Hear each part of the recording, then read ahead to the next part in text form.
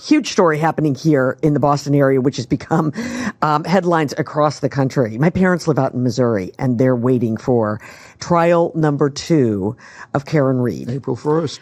Yeah, so we're going to talk a little bit about that with a woman who's referred to as America's psychiatrist. God, we need one. Yeah, we need it for more than just this. But she's going to be joining us right here on Carrigan & Company. So stay with us, everybody. We'll hear from our sponsors. Dan and I will be right back. Good to have you with us for this episode. And I'm so happy keeping me company today is my old friend, Dan Ray. I shouldn't say old friend. I hate it when people say that to me. I don't mean that. You know that, right? My longtime friend. But it doesn't bother me. It doesn't bother me. I am older than about everybody. No, I mean my longtime friend. So great to have you here. You know, you and I have chatted a bit off the air. We talked on the phone the other day, and we were talking about this Karen Read case. Of course, the second trial coming up April 1st. I want to admit this out loud. I was intrigued by it, but not mesmerized the way so many people have been. And I think you kind of said the same thing, right? Absolutely. I haven't followed it like the folks who are out there picketing and demonstrating. And frankly, I can't figure it out. Yeah. And maybe there are smarter people than me that can figure this one out. Well, I'm anxious to see what our next guest has to say. I have a theory. But right. Well, and we'd love to hear your theory as well. But this is America's psychiatrist, if you will. She's a forensic psychiatrist. We have seen her many times on Court TV and many other locations. This is Dr. Carol Lieberman. She's been following this case. And it's good to see you, Doctor. Thanks so much for being a part of Carrigan & Company today. Thank you for having me. Absolutely. Are you surprised, because you cover a lot of these cases that catch the public's eye and they just sort of get, as I've used the term, mesmerized. Are you surprised that this is one of those cases? Yes and no. I mean, probably if there weren't as many protesters out there, it wouldn't have gotten as much attention. This is, for me, of course, I paid attention to it. But what the overriding emotion, I guess, that I have is frustration that people don't see that she's guilty. After now I don't mean guilty. Don't be ambivalent. Tell us what you really think. That's great. I'm sorry. I said, don't be ambivalent. Tell us what you really think. Yes. Well, I mean, I thought I would lay it out there right up I'm glad front. you did. Yes. I don't think that I'm not saying that this was premeditated murder. Mm-hmm. I don't think she got up in the morning and said to herself, I'm going to kill John today. But she was very angry at him, and she was angry at him for a while, as evidenced by her texts that she sent to him and her messages, voicemail messages, and so on. She was very jealous of him. They had gone to Aruba just recently, and he was flirting with someone, or she interpreted it that he was flirting. And she was really angry, and she was worried that he was going to be dumping her and all that. So unconsciously, she did want to kill him. She was in a rage. And that night they had been drinking. She was drinking, estimates are between 5 and 9 drinks in a relatively short amount of time. So she was drunk. There's no question about that when she hit him. Now, so I don't think she knew consciously that she hit him. But then it was interesting that the next morning when she woke up and he wasn't there, she was very, very worried, like more worried than one would normally be if someone just didn't come home. So I think unconsciously she did know that she hit him and that he may be dead. But so I think that at the time that she backed into him, that she was unconscious, listening to her unconscious and expressing her rage at him. And, the thing is, there was more than one person. I think there were 3 or 4 people who testified that they heard her say, I hit him. What more do you have to have to find somebody guilty? She said it right then.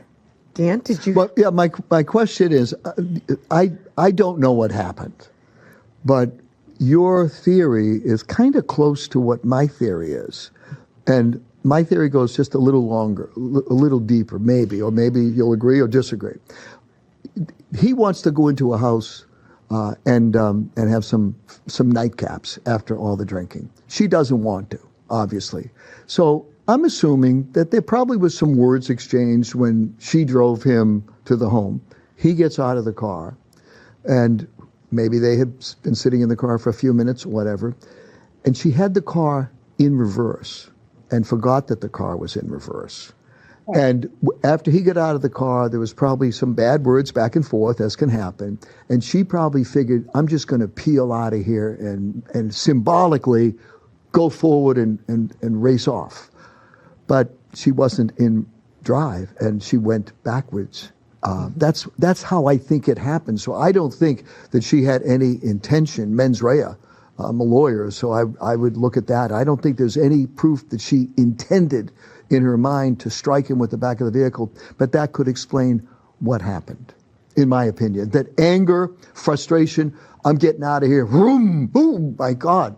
Maybe she thought she hit a mailbox and she didn't think him, or maybe she hoped she hit the mailbox and not him and left. Well, I wouldn't disagree with what you're saying, other than that I think that her, a very powerful aspect of it is that unconsciously she was so angry at him, she would have wanted to kill him. I think the difference is you're saying that not even unconsciously. Yeah, I'm saying it's a manslaughter case at best. It's not a second-degree murder case. Dr. Carol Lieberman is with us. Doctor, let me advance this just a bit, and let me ask you about this coming up again, April the 1st. You saw the first go-round. What do these two sides have to do differently for one of them to win? Well, for one thing, Alan Jackson needs to keep his hands off her. Do you know what I'm talking about? Yes. I have no idea what you're talking about, by the way. Well, don't expand on it. Well, I was surprised he came back, to be honest. That should have been so humiliating when he was pictured, photographed, holding her in a restaurant, with his arms basically touching her breast. He had his arms around her, and one of his arms was touching her breast. And so, I don't know if it's courageous or whatever that he came back, or he had to, or whatever. But anyhow, so one thing would be to not get into any kinds of situations like that. Another thing is for them to tone her down a bit. This is, of course, for the defense side, to tone her down a bit. She was acting like she was some Hollywood celebrity. Whenever she would come in and out and the media was there, she was like loving it. It was her opportunity to shine, or so she thought. Like she was some hero. And of course, that's because they had, all the people were there saying free Karen Reed and all that.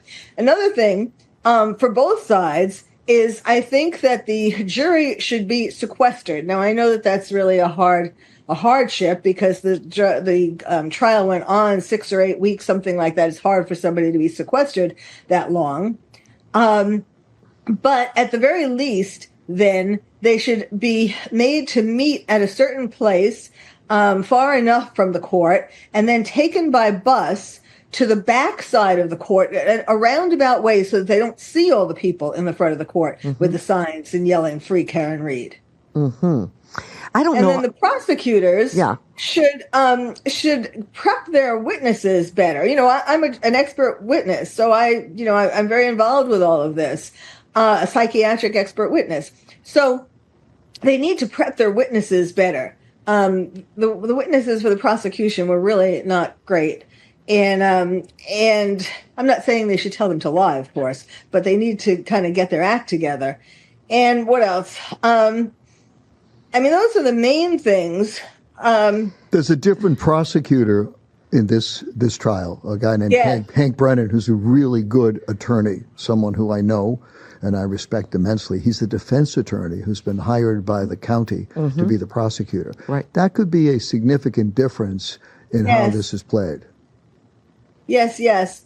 Another interesting thing, and I don't quite know how this was resolved. I saw part of the pre-trial motions, but the company that was doing the accident reconstruction, ARCCA, ARCA. Yes. The prosecution found, and this was pretty wild, that the defense had been in contact, had been back and forth in significant contact with this accident reconstruction firm who testified, and it seemed like it was inappropriate, that they were paying their expert witness fees. I don't know, the whole thing seemed very smelly, and the judge, I know, was really upset about it. I don't know how she ruled though on it.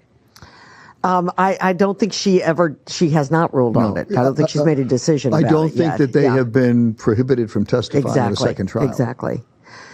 Doctor, let me ask you, we're running out of time here, but let me ask you one final question. And that would be, I thought it was really interesting. You said they need to tone her down a bit. Do you think that the jurors were taking in her reactions, her smirking, her laughing, her flirting, her, all these things that we saw at the witness table? Do you think they were taking that in? And why do you think that didn't bode poorly for her? Yes, good question. I mean, yes, of course, they always look at the defendant very carefully to try to catch, little things that the defendant isn't paying attention to, or unprepared, where the defendant isn't like and prepare isn't. Why am I having trouble finding the word? You're talking about like what they're doing, but you're talking about a sort of like a tell. Mm-hmm. Yes. The judge, in fact, pointed that out at least once, and you would have thought that the jury would. Now, the jury was kind of confused because, I mean, they found her not guilty on two of the charges, and then, of course, her defense team wanted to get those charges dismissed. Right. And that was the second-degree murder and the leaving the scene. Now, I don't know how you find her not guilty of leaving the scene, but in any case. So this time she still has all three charges. I could reconcile that for you. And I could reconcile that for you if my theory is accurate, and she didn't think it was a scene. Is. So she didn't think it was him. She oh my God, I'm in reverse. I must have knocked over the post. He'd been out of the car for 20 seconds. He must have been halfway. Let me get out of here. Mm-hmm. Yes. If she really didn't know, I mean, I guess that's where our assessments of what she was thinking changed or different. But the jury kind of seemed to be confused altogether. They didn't know that they could find her guilty of just one charge. So I don't know. I'm hoping that they do a better job of picking a jury this time.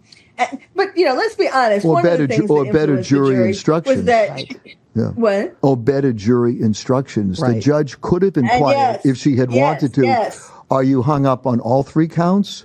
And if the foreperson, I think it was the foreman, said yes, fine. If he said, well, not actually, right, you might have been able to proceed and say, go back and give us the verdict slip and all of that. Well, they didn't poll the jury then after it was over either. There was no reason to poll them. I mean, and of course the defense did not make a motion. They were thrilled with a hung jury. Sure. Second bite at the apple generally helps the defense, generally. Yes, you're right. The jury instructions and all of that should have been. I mean, if they would have clarified that, we wouldn't be having a second trial. Right. So maybe that was important. But one thing we have to mention also, that even though she was smirking and looking like why do I have to be here kind of thing, this is boring.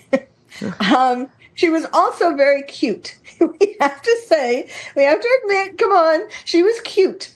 Mm-hmm. And then also when one of the witnesses, when they were reading, I think it was Proctor, when he was reading his text, and he had said something really awful about her that was so embarrassing because she had this gastrointestinal problem and so on. And I think they kind of felt sorry for her. So that's the only thing that I can think of for why. Well, not the only thing. I mean, I was saying the witnesses for the prosecution weren't well prepared and all that. There were a number of things, but I hope that this is going to go much more smoothly and clearly. Mm-hmm. Well, Dr. Carol Lieberman, we are going to start to watch it April 1st, and when it's all said and done, or maybe as we get through portions of it, we could have you back to chat about how you think it's progressing. Thank you so much for being a part of Carrigan Company today. Really appreciate it. My pleasure. All right.